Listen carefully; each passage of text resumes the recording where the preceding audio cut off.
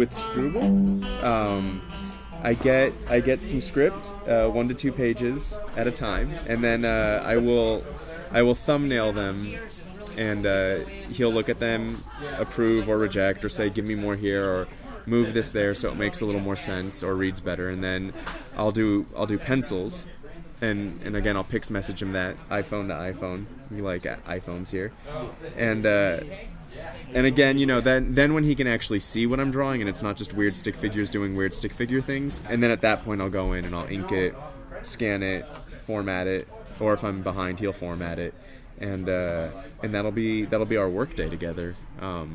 And then coloring, it's usually all him, and I'm proud and happy of the work he does, and then with the girl outfits I'll be like, what? No, that's what? Like, no, that's a 4-piece something or another, and he'll be like, I just thought it was one big sack. No.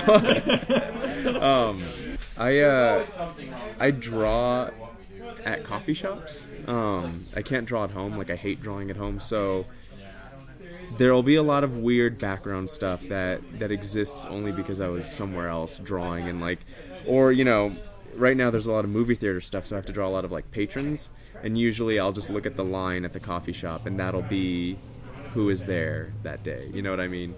I have a book coming out in less than a month, in 3 weeks, called Not My Bag, and it's about when I worked at a department store, semi-autobiographical, but it's going to be really interesting because it gets kooky, I like to say, like it gets really weird, and rather than just be firmly planted in reality, I yeah, I had nothing to do with that. Yeah, that solo, it's 100% me, which is scary, but you know, rather than it be like normal drama, I tried to push things and make it a little weird, kind of like the first 15 minutes of a Miyazaki movie where you're like, wait, that's not the world we know, what's going on here? So that'll be coming out from Image Comics, and I'm really excited and nervous, and all of you listeners, please pre-order it. Pretty pleased with sugar on top. I actually moved to Amarillo, Texas to break into comics, and it worked. At the time, Steve Gerber, the creator of Howard the Duck, was starting a company there, and after I relocated, the company went kaput, Gerber moved back to LA, and I was stranded. And so I started my own company and published my own books for a while, and then started working on a webcomic because it was much cheaper than publishing my own books. And that webcomic was The Little Depressed Boy. God bless him. A lot of people come up to me and say that they would love to see it as a movie, and personally I would like to see it as a TV show, and I would like it to be a live action TV show where LDB is animated in a Roger Rabbit sort of way, and so he interacts with everybody, but he's that foreign that he's animated in a live action world, and I think that would be a really fun way to bring him to another format. I like to picture Donald Glover doing the voice of LDB. You know. Who knows if he would ever do it, if we ever got that far, but that's the voice I hear in my head when I'm writing. So. It's very rare to catch me in a moment where I'm not actually listening to music. Like, I'm writing, I turn on music. I'm coloring, I turn on music. If it didn't annoy my wife, I would turn on music before we went to sleep.